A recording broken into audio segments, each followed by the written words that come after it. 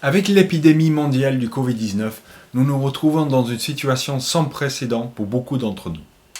Mais cette situation est en fait une opportunité pour l'Église de briller. Nous sommes l'Église et le défi spirituel qui est devant nous n'est pas uniquement pour les pasteurs ou les prêtres, c'est pour nous tous. Il ne faut pas se décourager devant cette crise, il faut la surmonter et la dépasser. Il ne faut jamais oublier que nous servons le Dieu de l'impossible. La peur et l'incertitude sont très présentes dans la société et elles ont une influence majeure sur notre comportement. Il suffit de regarder le mouvement de panique dans les supermarchés. C'est la peur de manquer qui pousse à acheter dans les quantités démesurées. C'est un exemple parmi tant d'autres, mais il ne faut pas avoir peur. Je pense à la promesse donnée pour le peuple d'Israël à travers le prophète Ésaïe. « N'ayez pas peur, je t'ai libéré, je t'ai appelé personnellement, tu m'appartiens. » En tant qu'enfants de Dieu, il y a des actions concrètes que nous pouvons faire. Pour beaucoup d'entre nous, ce sont déjà nos habitudes quotidiennes en temps normal. Prendre soin de nous, nos familles et nos proches. Rester en contact avec ceux qui sont seuls. Mais actuellement, il faut redoubler d'efforts.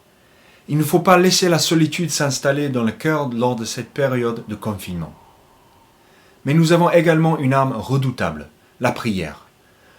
Nous devons prier pour les malades atteints du Covid-19 ainsi que leurs familles. N'oubliez pas de prier pour celles et ceux qui nous portons devant le Seigneur d'une manière régulière pour les autres raisons de santé. Prions pour les personnes qui se retrouvent seules pendant cette période de confinement. Prions pour les médecins, les infirmières et toutes les autres personnes du corps médical qui travaillent tous les jours dans les conditions compliquées pour sauver les vies. Priez pour notre gouvernement, notre président ainsi que les ministres qui gèrent cette situation de crise. L'Église est forte quand nous sommes forts. Ici au Centre chrétien de Roussillon, nous travaillons depuis une semaine afin de proposer des solutions. Mais pas seulement des solutions pour aujourd'hui, des projets pérennes pour l'avenir. Nous allons publier des vidéos et partager des écrits, avec des témoignages, des méditations, des études bibliques, des interviews, ou même des temps de louange. Nous vous invitons à communiquer avec nous aussi. Si vous avez besoin d'aide, n'hésitez pas à nous contacter par mail. contact@ccr66.org. Pour un sujet de prière particulier, prière@ccr66.org.